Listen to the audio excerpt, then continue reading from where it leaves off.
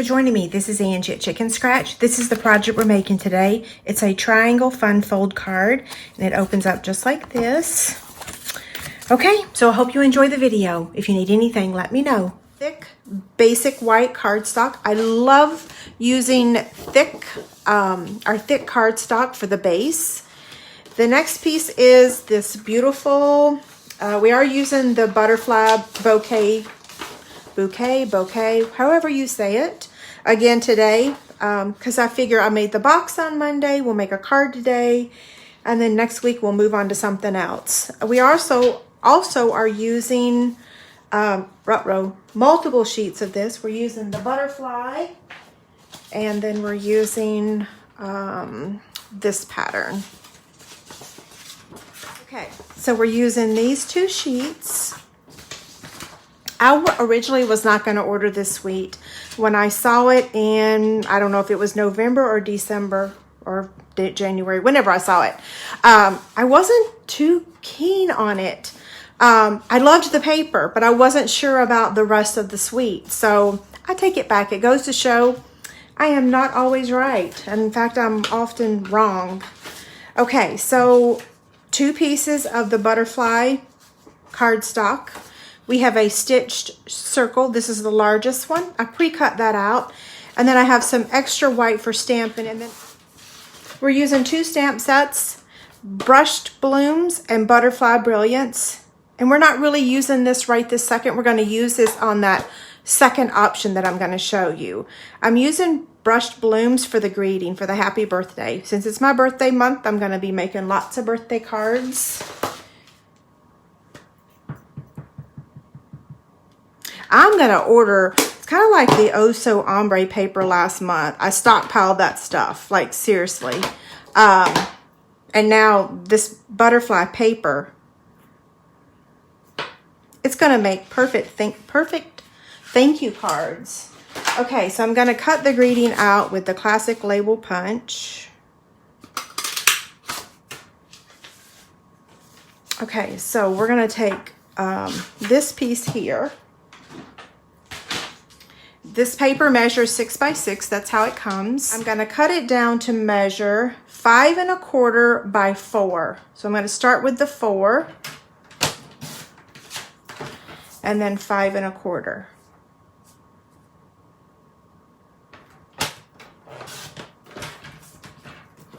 This is scraps. So I have a little folder that I keep all my scraps in. Now we're going to set that aside. Here we go. You're going to take the 8 1/2 by 5 1/2 piece of cardstock, and you're going to score it at 5 1/2 on the long side, and then turn it on the short side, which I call the portrait side, and score it at 4 1/4. So that is your normal scoring that we always do to cut card bases. Okay? No special measurements. Now we take that piece and place it on your trimmer, and you're going to put this point in this track and the bottom point in the track at the bottom. Yeah, so I'm lining up the point with the track, and this one's not in it, and I've shifted it. You have to be careful because it shifts, I think, very easily. Again, make sure that you have removed the scoring blade from your trimmer. I'm going to start up here at the top.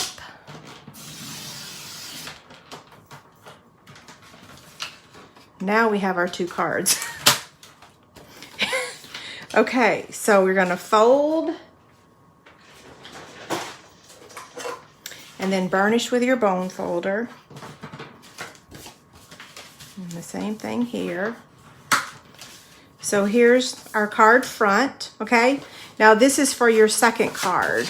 Now I'm going to tell you, sometimes your second one don't line up perfectly. So look, it overlaps just a smidge. So you can either trim it or you can just let it overlap. You can also flip it around the other way, and sometimes that fixes it. But your second one, you just might have to snip just a little bit. I'm saving that because I'll be using that. Okay, so we're going to go with this one. There's no overlapping. And now we're going to take this paper here and we're going to cut it at an angle. Now, I always want you to do your card base first, because if you don't, it's possible you may cut your butterflies to be upside down. So get your card base done first, and then I want my butterflies going up. So I need to cut from here to here, okay?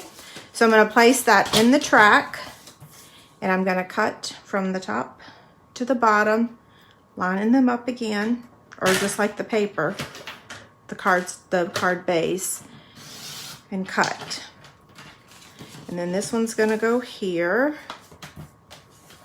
and this one's going to go here, okay? Now, this is going to get glued down, so we're going to go ahead and do that. I'm going to flip this over. Okay. I don't want to get glue on my... I took my grid paper off because when I go to use the die cut machine, I want you guys to see that when my die cut machine does a little jig on my desk, most of the time it's because it's on paper and so it slides. When you put it on a flat surface, something that doesn't move, it doesn't dance around the way it does when it's on something. Now, it will still make this mat move a little bit, but not near how much it'll make the paper move. So if your die cut machine does a little jig on your desk every time you use it, move the grid paper off. There's nothing wrong with the die cut machine. That's just how all die cut machines, even like the Cuttlebug that we used for years before the Big Shot and before the Stampin' Cut and Emboss. So I even have a fabric cutting die cut machine. I can't remember the name of it right this minute. What's it called? Something Go. I don't know.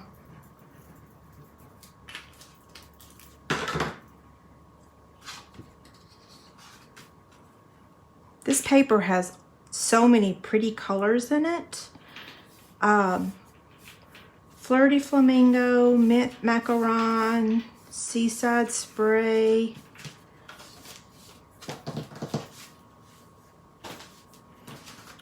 That's how it looks right now. Then we're going to take our circle here. We're going to center it on the card, okay? Yes, Kathy, thank you. The AccuQuilt. So I'm going to put my adhesive like right here, and you don't want to put adhesive up here because then your card won't open. Now your other option is you could put your adhesive up here and it can open this way. I'm choosing to open it this way. It really doesn't matter what you do, just so long as you make sure you only put adhesive on one side.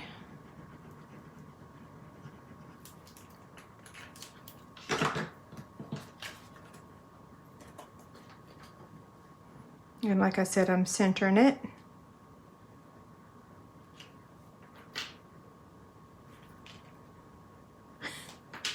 And now I'm going to hold it for just a second. This part is done for now. We're going to cut out our butterfly.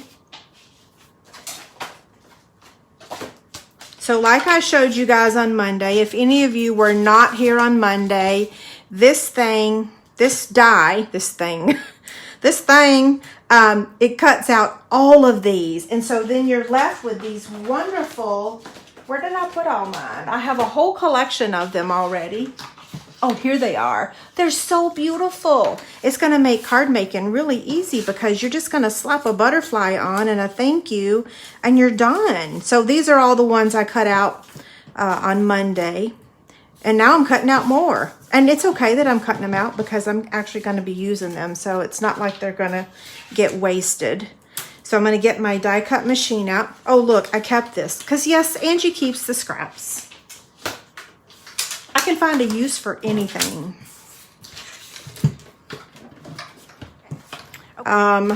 We are going to be cutting. So I'm going to place the paper on here. Like that.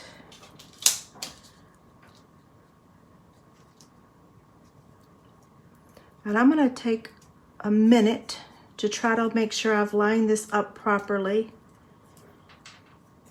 Okay, I think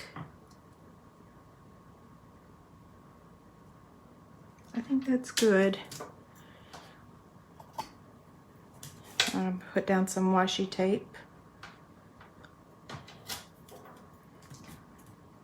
on the off chance that it might shift. Oh, where's my cutting plate?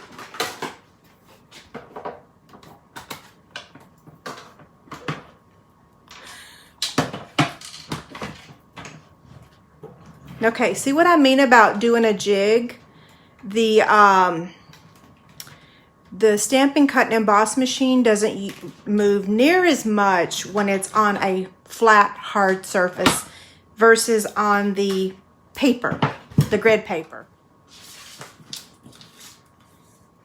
I'm just kind of bringing the wings up. We're saving these. The greeting, we're going to take our scissors and we're going to cut, I'm going to snip the ends off. It's too long. So she's going to go right in the center, and I'm going to use my mini dimensionals because I don't want to pop her up a lot. I just want to pop her up a little. So I'm putting, oh, I was making sure that that wasn't a downline. That was my daddy. His birthday present was late. I ordered it like a week ago and it was late. Oh wait, I still need another one of these. Come back here.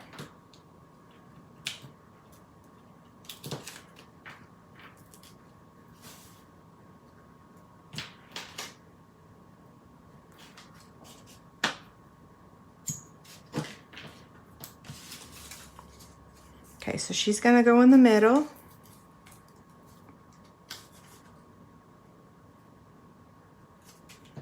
We've got our little opal rounds here.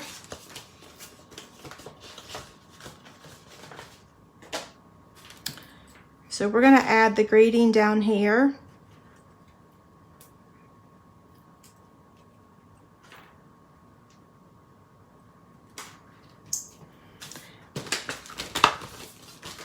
So after I'm done making this card, we're gonna use the stamps, because this time we didn't use the stamps again. Like, I didn't use the stamps on Monday. I didn't use them today. So I'm gonna use them after we make this card because I had a downline yesterday ask a question about coloring with the blends and the pencils, and I'm like, oh my gosh, I used to love doing that, but I don't do it anymore because I fear that the Stampin' Blend markers will go away. Look how pretty this is. So opens like this, you sign it inside here. Isn't that so pretty? And here's this morning's. It's pretty, isn't it? Very springy.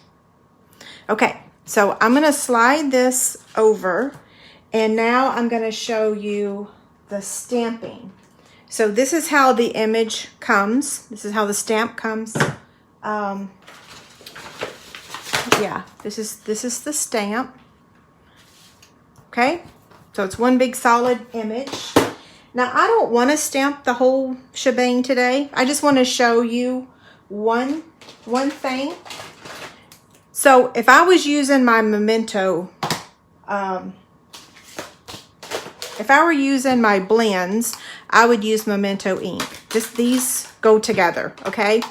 I'm not using blends today, even though I love them. I'm going to show you how to use the watercolor pencils.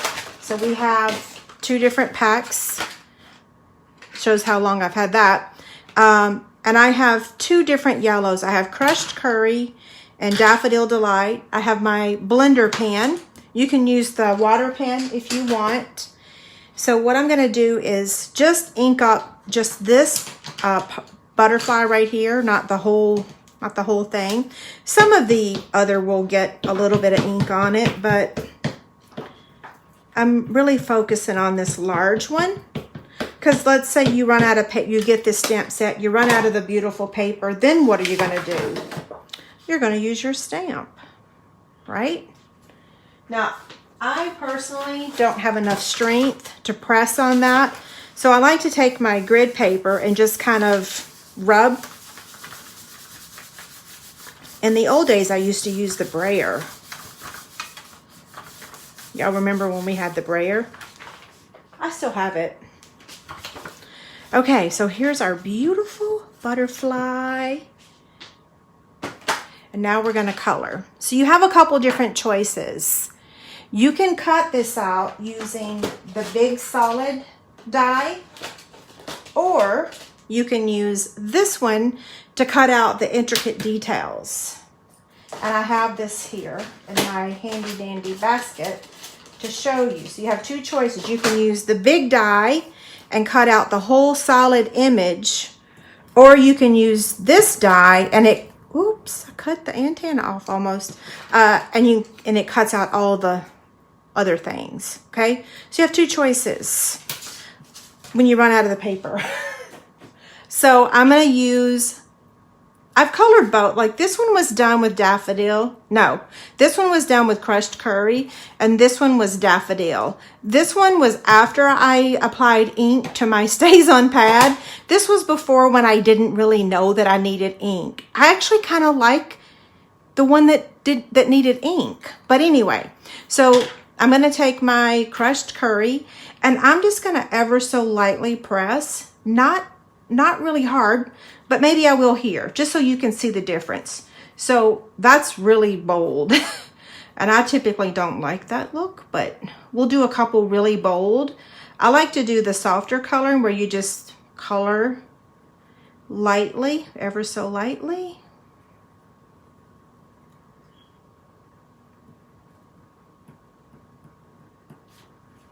Okay. My very first stamping class that I taught, and then on the whole, probably 2 years after, every class that I taught, I always used a blender pen, the black Stays On ink pad, and watercolor pencils. That was my go-to. Like if someone said, what should I buy? And I'd be like, okay, a pack of Whisper White cardstock, watercolor pencils, a blender pen, and watercolor pencils. Yeah. Now I would say get the Stampin' Blends, but there's a lot of people that still like using these. So, and it does give you sometimes a softer look. Okay, so the blender pen. Now we're just gonna brush, and look how that looks. So my coloring here was like that, but then when you go to blend it, it just blends it in so perfectly. See?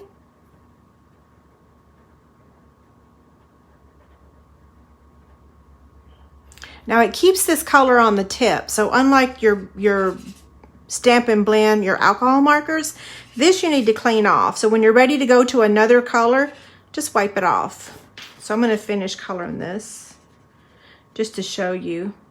So see now how that dark one was? So when you're coloring your butterfly, if you want different shades of yellow, you can press hard to get a darker color and lighter to get a lighter color. I miss some spots, but oh well. Here goes the quick and dirty Angie, zipping through really quick. Okay, so that's how it looks. Then you can either cut it out with this die, or you can cut it out with the big outline. I'm gonna clean this off. Okay, you guys have a great day. Thank you so much.